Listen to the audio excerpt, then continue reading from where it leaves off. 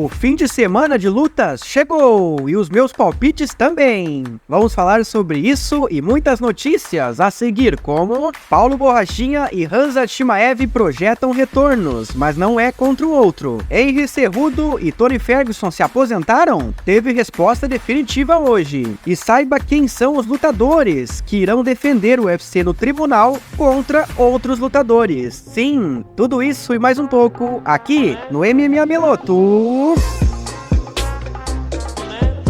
Bem-vindos ao MMA Meloto. Saudações, clã! Eu sou o Igor Meloto e sejam muito bem-vindos a mais um vídeo com as principais notícias do MMA internacional. E vamos começar falando, galera, da Megan Anderson, ex-lutadora do UFC, que até pouco tempo atrás disputou o cinturão contra Amanda Nunes, né? Foi inclusive a última luta dela na organização, acabou sendo cortada. O UFC não tem mais essa categoria dos pesos penas femininos, até que se prove o contrário, né? Mas por enquanto tá lá as moscas, ou melhor, as penas. Então, assim, galera, o que a Megan falou? Ela que tá há 3 anos sem competir. Ela disse, olha, faz quase 3 anos que eu não luto, não treinei 1 segundo de MMA nesse tempo. E o UFC não tem também mais a minha divisão. E eu não gosto de ter que perder peso, né? E nem levar soco na cara pra viver e poder ter uma vida. Então, foi o que ela disse aí, ó. Gostei da transição que eu fiz para o espaço de transmissão e filmes. E é aí que está o meu foco no momento.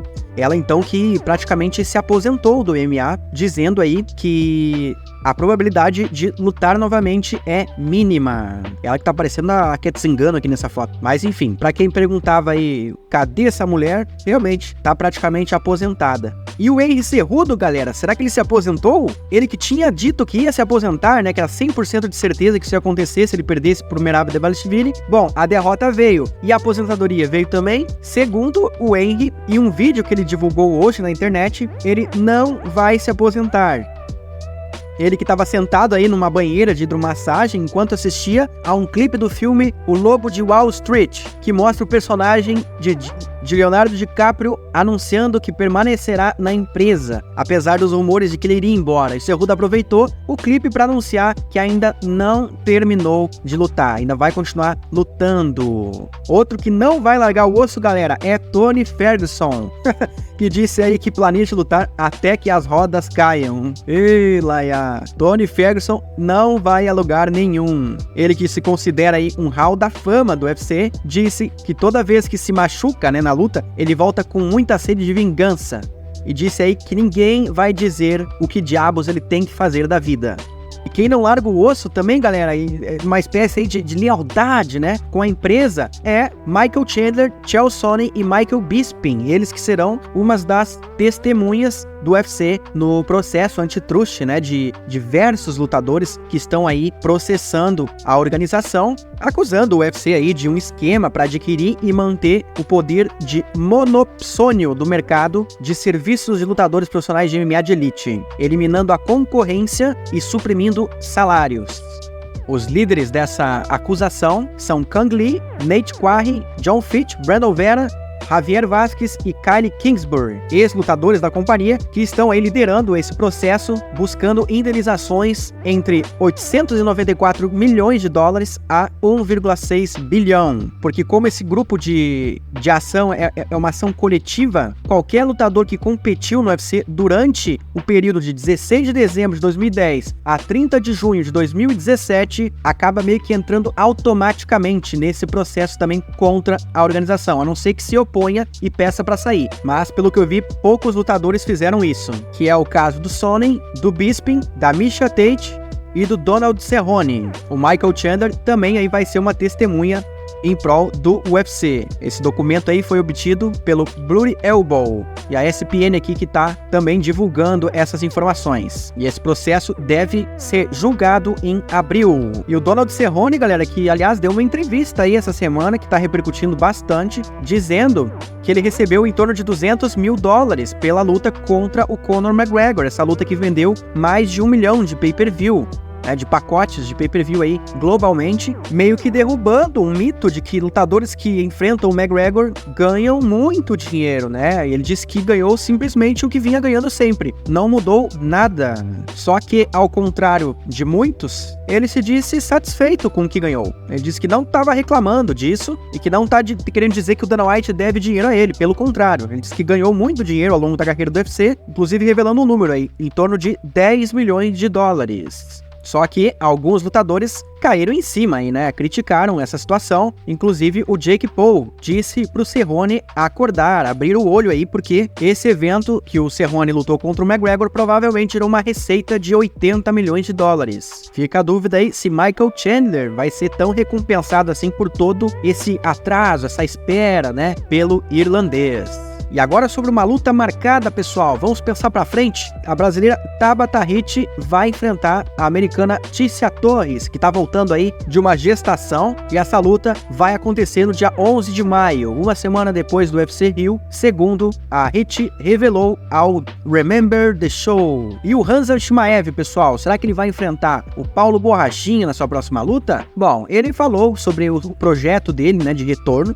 A previsão é que ele lute no verão norte-americano, né, que deve acontecer entre junho e setembro, mas não citou aí nenhum nome específico que ele queira enfrentar. O que ele disse é que ele quer lutar na Arábia Saudita, mas ele acha que ninguém quer enfrentar ele lá, então talvez a gente não vai ver ele nesse evento. Vamos ter que aguardar aí os próximos capítulos. Ele que confirmou aí que o UFC chamou ele pro UFC 300, mas ele recusou, dizendo que era muito pouco tempo para ele bater o peso dos 77 quilos, né? O UFC que queria que ele disputasse o cinturão com Leon Edwards. E outros dois motivos, né, que já são bem conhecidos, é a questão do Ramadã, o período que ele precisa jejuar em pleno camp de treinamentos, e a outra questão, até que ele não falou sobre isso, é o visto, né, dos Estados Unidos, que para ele está negado. Essa semana aqui, inclusive, eu trouxe a informação do Karim Zidan, repórter do site Bloody Wiggle, dizendo que um dos principais motivos desse visto ter sido negado para ele é a aproximação dele com o Ramzan Kadyrov, líder da Chechênia. Mas apesar de ele não ter aí uma data definida para competir, ele já está treinando a todo vapor. E será que vai ficar com o Paulo Borrachinha, essa bucha aí mesmo? Bom, segundo o Borrachinha, ele está mais interessado em enfrentar Kamaru Usman, o último nome, inclusive, que o Chimaev venceu. Ele disse que essa luta contra o Usman no peso médio seria interessante, pois o checheno gourmet não conseguiu acabar com ele, mesmo com a luta sendo aí marcada de última hora. Então ele disse que pode conseguir finalizar ou nocautear o nigeriano, disse o Borrachinha em suas redes sociais. E outro lutador aí que definiu um alvo para ele, né, já que ele não vai disputar o cinturão em sua próxima luta, se o Merab Dvalishvili conseguir estar no shot, é o Corey Sandhagen. Ele que disse que gostaria de enfrentar o Umar Nurmagomedov nessa luta aí que era para ter acontecido antes, chegou a ser marcada, né, mas foi cancelada, mas ele disse aí que tá de novo disposto a que essa luta seja reagendada para International Fight Week, né, que deve rolar no fim de junho. O Umar Nurmagomedov, que tem uma luta marcada aí antes, no dia 2 de março, na semana que vem, contra o Bezat Almahan, joia do Cazaquistão, que vai estrear no UFC, inclusive. E pessoal, antes de eu falar dos eventos que vão rolar agora nesse sábado, deixa eu só dar um recado aqui, falando da Esportes da Sorte. Sim, o principal site de apostas esportivas e entretenimento do Brasil está patrocinando esse canal. E eles não só estão apoiando esse rapaz aqui que fala, eles estão apoiando bastante o MMA. Para quem não sabe, eles montaram um time de atletas, um esquadrão de lutadores nacionais e estão gerando, proporcionando para eles uma estrutura de treinamento muito boa, né? Extremamente profissional, com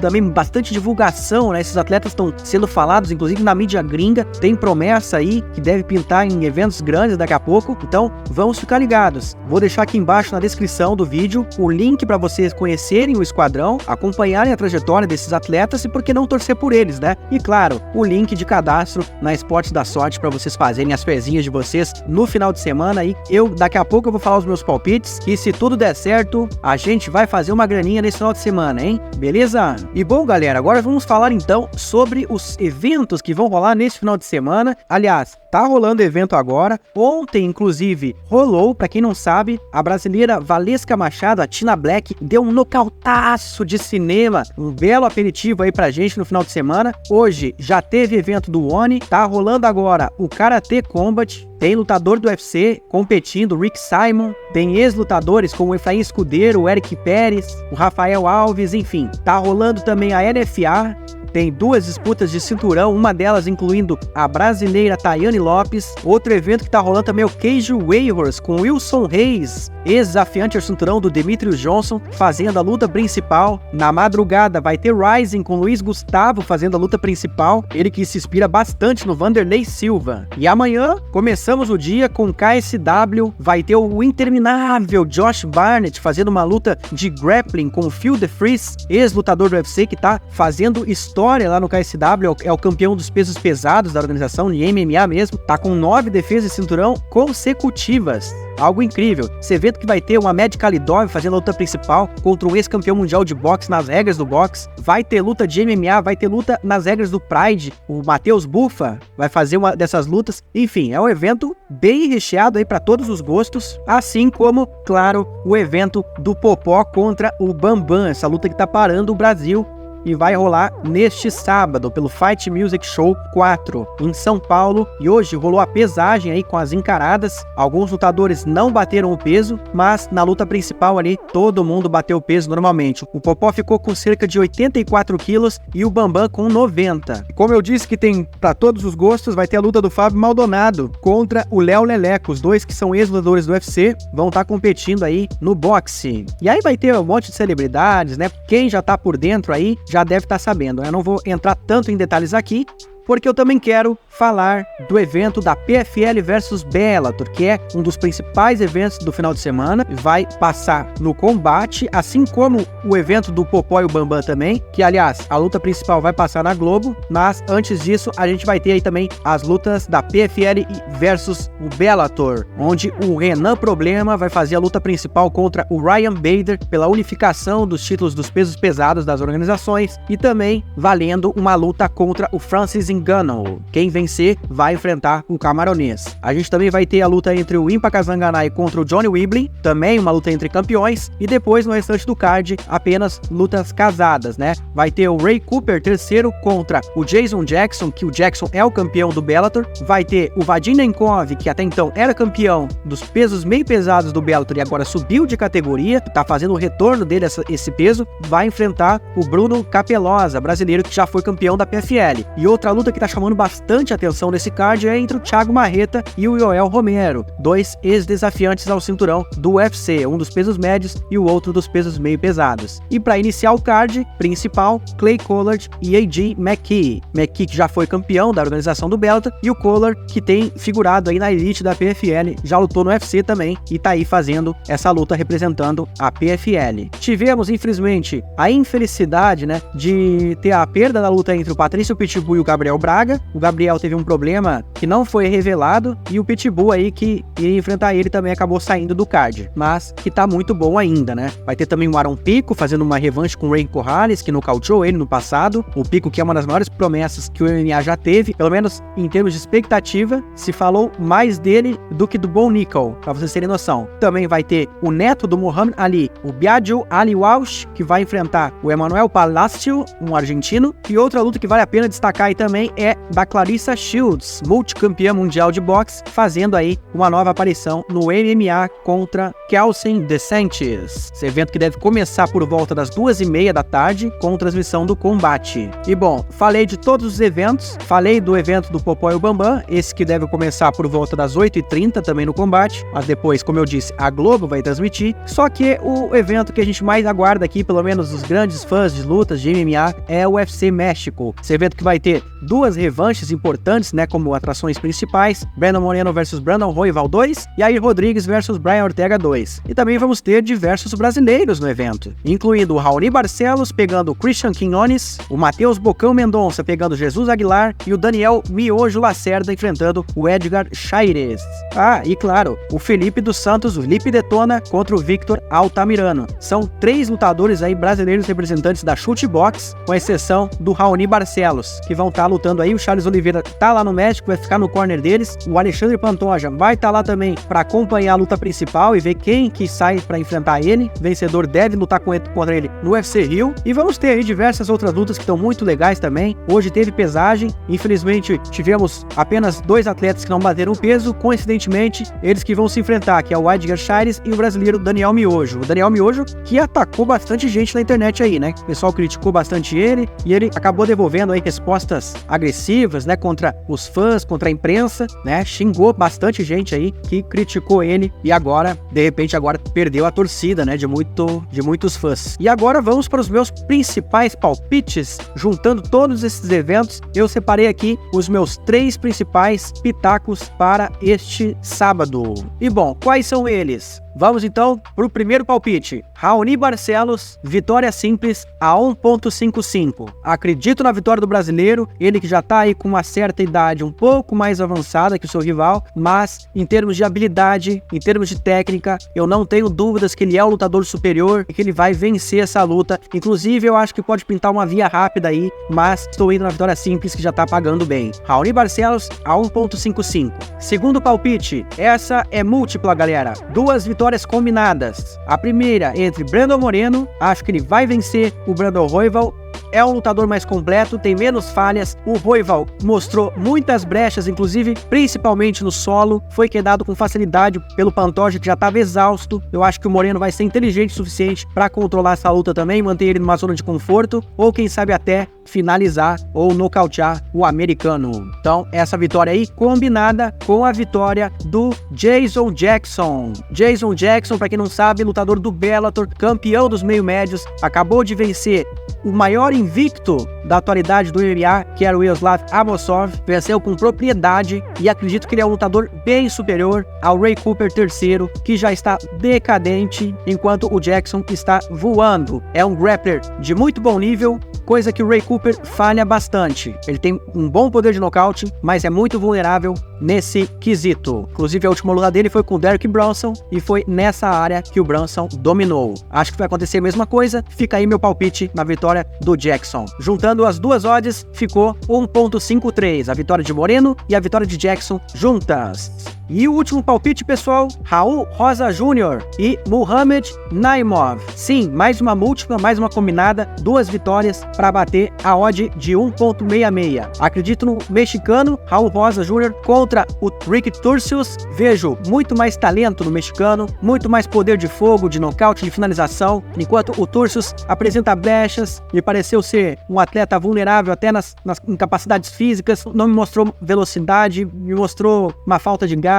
Acho que o Raul é mais talentoso em todas as áreas, aposto na vitória dele. E a outra vitória do Muhammad Naimov contra o Erick Silva. Acredito muito na vitória do Tajik, porque ele vai enfrentar um lutador que é unidimensional. Eu não vejo muitas habilidades no Erick Silva, com exceção da sua luta agarrada, que também já foi visto que não é tão de alto nível assim, já que ele foi finalizado na última luta dele contra um lutador que já nem tá mais no UFC, que é o TJ Brown, e não é fácil manter o Naimov no chão. Inclusive, é bem possível que o Naimov quede o Erick Silva. Então, meu palpite aí é na vitória do Naimov, que acredito que vai manter essa luta em pé, ou talvez até ele derrubar o Erick Silva, ou então nocautear o lutador latino aí, por conta de uma diferença brusca de níveis. Essa foi a minha percepção analisando os dois lutadores. Então, repetindo, vitória simples de Raoni Barcelos a 1.55, vitória combinada de Brandon Moreno e Jason Jackson a 1.53 e vitória combinada de Raul Rosa Jr. e Muhammad Naimov a 1.66. Esses são meus 3 principais palpites. Amanhã no Twitter eu vou postar mais 3, então vou ter mais outros 3 para quem quer acompanhar. E galera, não sou um guru de aposta aqui, apenas quero compartilhar aquilo que eu penso,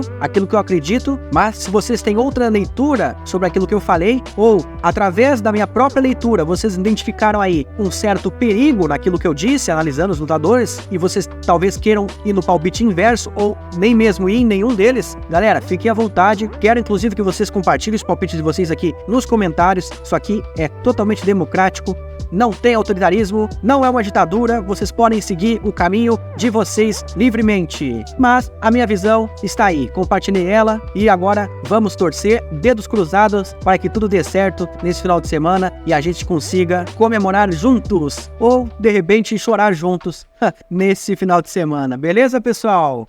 Chegamos ao fim de mais um vídeo, e se você ficou até o final, comente DD aqui embaixo. Não se esqueça de curtir, comentar, compartilhar o vídeo, se inscrever no canal, ativar o sininho, e quem não ficou até o final, o Daniel Miojo vai xingar muito no Instagram. Cuidado aí. MMA Meloto, eles fazem história e eu te conto. Obrigado por assistir ao vídeo. O MMA Meloto voltará em breve. Até a próxima.